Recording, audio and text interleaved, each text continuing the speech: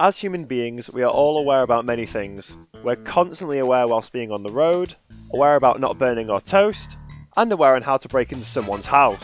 So, if we are aware about so many things in life, then why are so many players not aware about the options they use during a set? So, let's talk about that. So here we have Ness, who is a character who likes to control space using his aerials.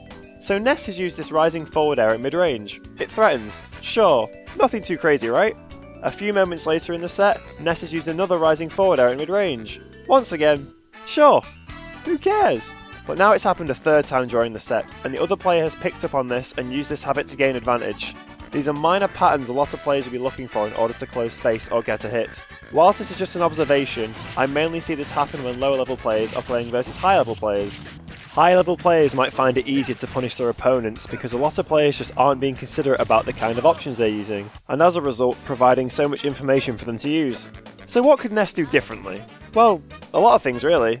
At mid-range you could do a landing aerial, he could just remain grounded, or mix up by threatening an aerial and doing a grab instead. Basically, do your best to keep in mind how often you're throwing out certain options.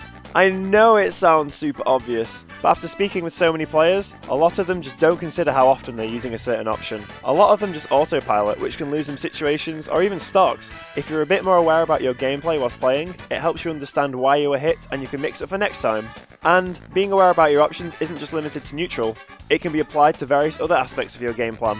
Some examples include constantly using the same ledge option to get back on stage, continuing to air dodge past struggle situations, or rolling when someone gets near or pressures your shield. There are so many more of these, but these are some key ones I see a lot of players do far too often. So, to round it all up, next time you do a certain option, be aware of how often you're using it and the situations you're doing them in.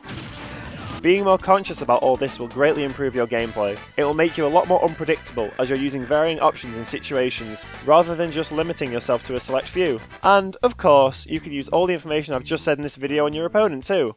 Are they doing the same option at mid-range? Well, you know what to do. Go get 'em, soldier!